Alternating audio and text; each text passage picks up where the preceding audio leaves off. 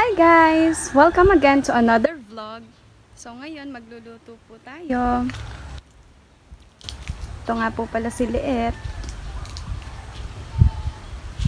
At ang lulutuin po natin ay langka.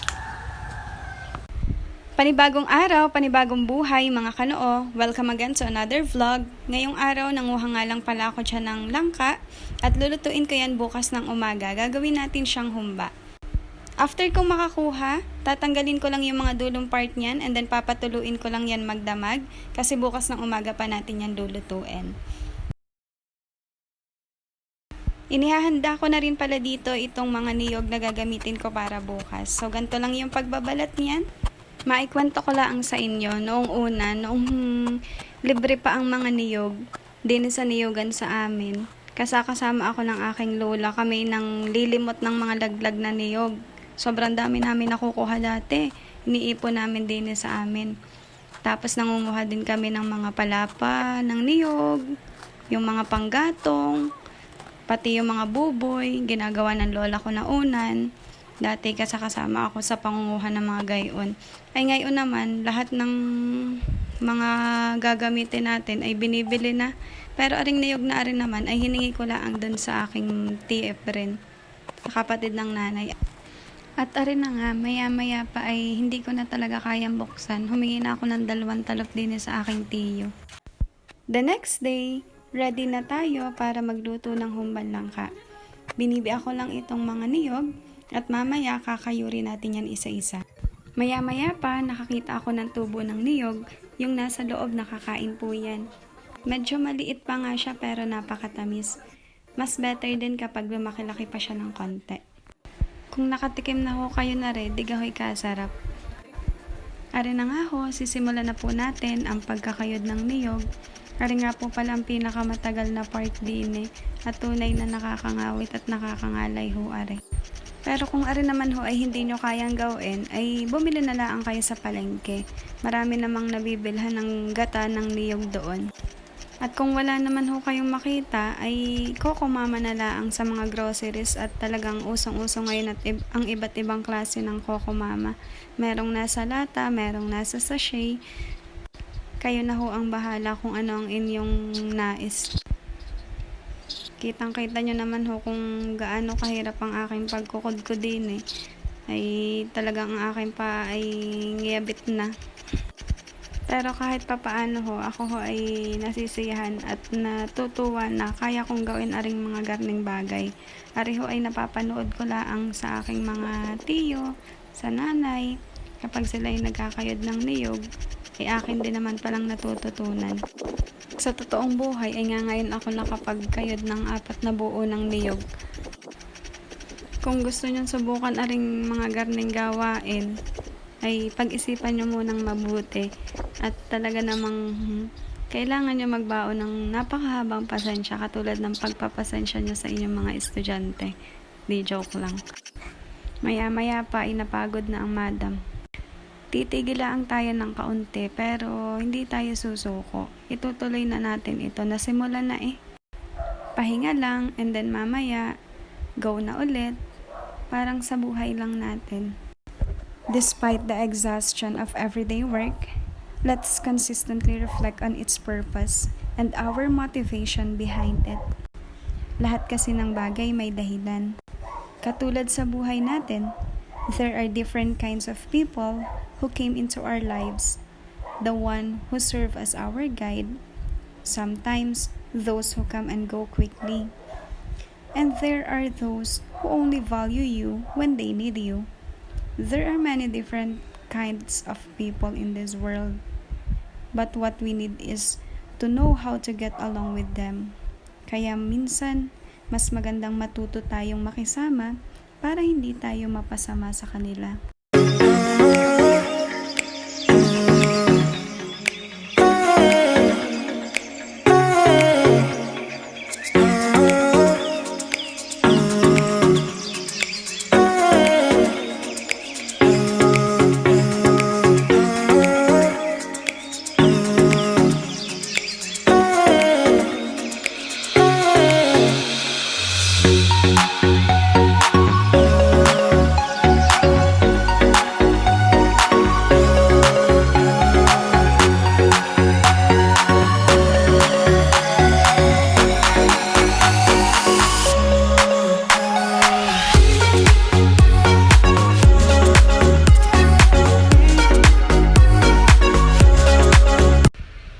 nating magkayod ng niyog, gagatain naman natin ito. Una muna, kailangan natin siyang ilagay sa mas malaking lalagyan, and then gagawa naman tayo ng kakang gata o yung tinatawag na paunang gata. Medyo mahirap itong pigain, kaya lalagyan natin siya ng kaunting warm water para mas lalong lumabas yung kanyang katas. Dito kasi sa kakang gata, kailangan pigang-piga para mas creamy yung pinakaunang gata na ilalagay natin sa ating humba. After nating pigain, kailangan naman salain natin itong mabuti para hindi mapasama itong mga malalaking sapal ng niyog, at saka natin pipigain ng mas maigi para hindi masayang yung natitira pang gata. And after nyan, ito na yung ating nakuhang kakang gata. Ngayon naman, kukuha ako ng dahon ng saging, panlatag dito sa aking pagbabalata ng langka para makapagsimula na tayo maya-maya magluto. Maraming proseso ang pagluluto ng humbang langka, lalo na kapag marami yung lulutuin mo. Kaya kung ako sa inyo, bumili na lang kayo ng lutong langka. Syempre charot lang, mas maganda na ma-experience natin itong mga ganitong bagay. Mahirap man, pero maya-maya after nitong lahat ng ito, makakakain na tayo ng masarap-sarap.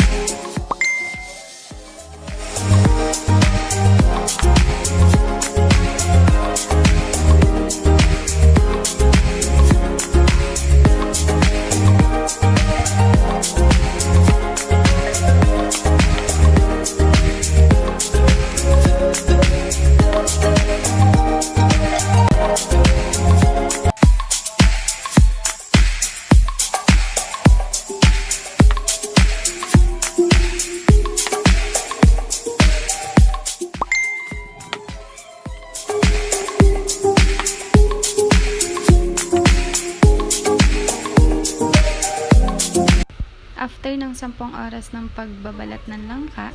Charot lang, ilang minuto lang yan. Ngayon naman, magsisiga na tayo ng apoy. Nilagyan ko nga lang pala yung ilalim na part ng mga bunot. Galing yan doon sa niyog na binalatan natin kahapon. Mas madali nga palang dilingas itong apoy kapag nilagyan natin yan. Lalo na at tuyong-tuyo itong mga bunot na ito. Hindi rin pala iba sa akin itong ganitong gawain. Kasi nung una, nung ako'y bata pa, meron kaming tungkod dito sa gilid ng aming bahay. Kung saan ang ginagamit namin ay yung mga kahoy na kinukuha namin sa niyugan, yung mga kahoy na galing sa mga kakawate na pinapatuyo namin sa initan para magsilbing panggatong. Kasi dati mahal pa ang gasol kaya hindi pa namin afford.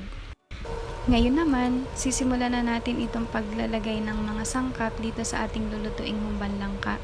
Nag-prepare nga lang pala ako dyan ng sibuyas at bawang, may paminta, asukal, suka at toyo, at saka itong dahon ng laurel. Huwag din nating kakalimutan lagyan ng kaunting mga pampalasa kagaya ng asin, magic sarap, at saka itong ating pork and chicken cubes. Ayan, so after ko nga masison yan lahat, inilagay ko na itong mga sibuyas at bawang sa ibabaw, ganun din itong laurel natin. Nilagyan ko lang yung bawat gilid ng laurel at saka yung ibabaw nito. After naman natin mailagay lahat, pwede na natin lagyan ng toyo. Ganun din itong mga pork cubes at saka yung chicken and then yung sukang ginawa natin. At ngayon naman lalagyan natin siya ng asukal sa ibabaw. Siguro yung nagamit kong asukal mga 1/4. Mas maganda kasi yung manamis-namis. After na nilagay ko na tong pangalawang gata. And ito na, ready na siyang lutuin. Hindi pa yan luto pero mukhang masarap na. Ngayon naman, ayusin lang natin itong pinabaga nating apoy kanina. Ayan, so napakabigat nitong aking buhat-buhat. Mukha nga palang madami itong ating niluluto. Pero, pag naluto na yan lahat, mapapansin natin, iimpis yan kasi luto na yung ating langka. Pero kahit papaano, makakaabot pa rin ito sa ating mga kapitbahay. Hindi naman natin to kayang ubusin lahat. Isasala nga pala natin ito for about 1.5 hours. Medyo matagal-tagal nga pala ito na intayin. Kailangan talaga natin dito ng mahabang pasensya bago tuluyang maluto itong ating nilulutong langka. Marami nga rin palang panggatong yung mauubos natin dito kasi medyo matagal-tagal na paang-ang itong gagawin natin. Hindi rin nga pala biro yung magluto ng pangmadamihan lalo na sa mga handaan. Since ito ay pang dito laang naman sa aming looban, ay sulit na ito para sa aming lahat. Habang ako'y nag-iintay, kukuha muna ako ng buko kasi sobrang nakakapagod yung lahat ng ginawa ko dito sa ating lulutuin. So, kuha lang tayo ng isa para maibsan naman yung ating pagkauhaw. Charot!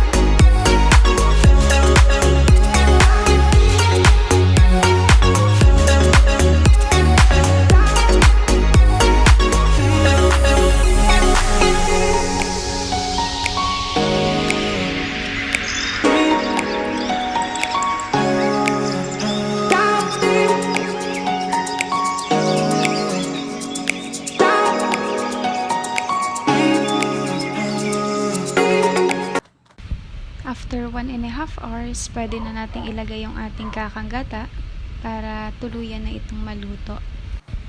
Pabulakin lang natin ito ng ilang minuto pagkatapos nating ilagay itong kakang gata. And syempre, wag nating kakalimutang tikman para mai-adjust natin yung lasa kung kinakailangan.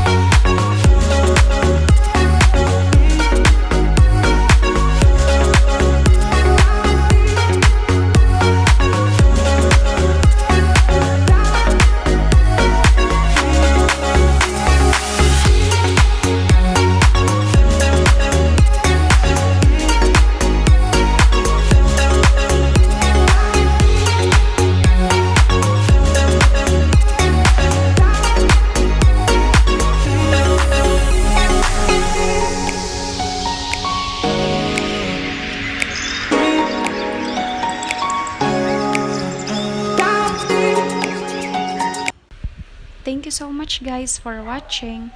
Makikita nyo dito kung paano tayo nagkadda paso-paso para makakuha lang ng magandang picture.